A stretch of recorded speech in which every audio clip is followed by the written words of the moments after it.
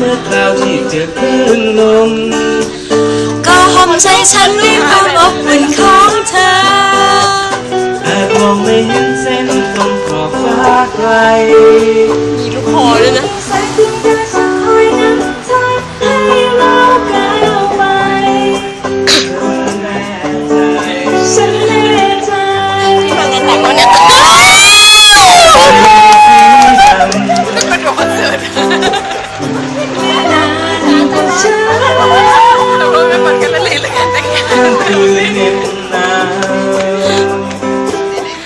จับมือฉันคอนเสิร์ต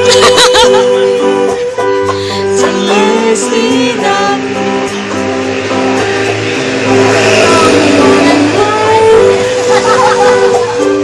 จะทำเช่นไร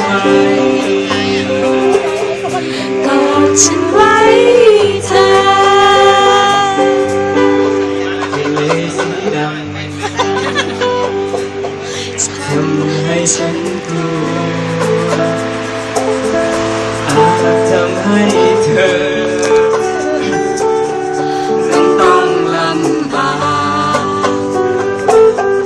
ไม่เห็นเป็นไรอย่าไปคิดมากมันคงไม่ยากเพียงเธอจับมือฉัน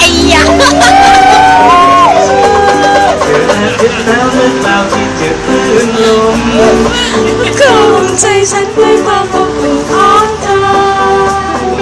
มองไม่เห็นเส้นตรงขอบฟ้าไกลยังมีแสงดวงดาวจะคอยนำทางให้เราก้าวไปเธอแน่ใจฉันแน่ใจเอาไปให้ลูกให้หลานดูนะคะคลิปนี้นะคะ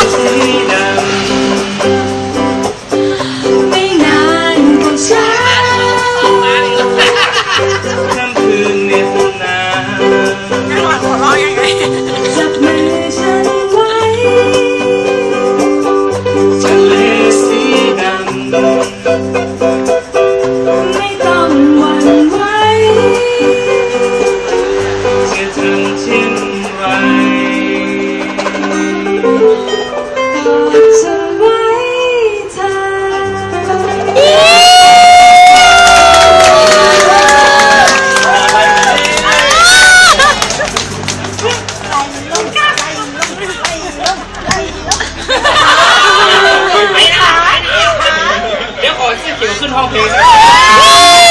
ช้าไหลลง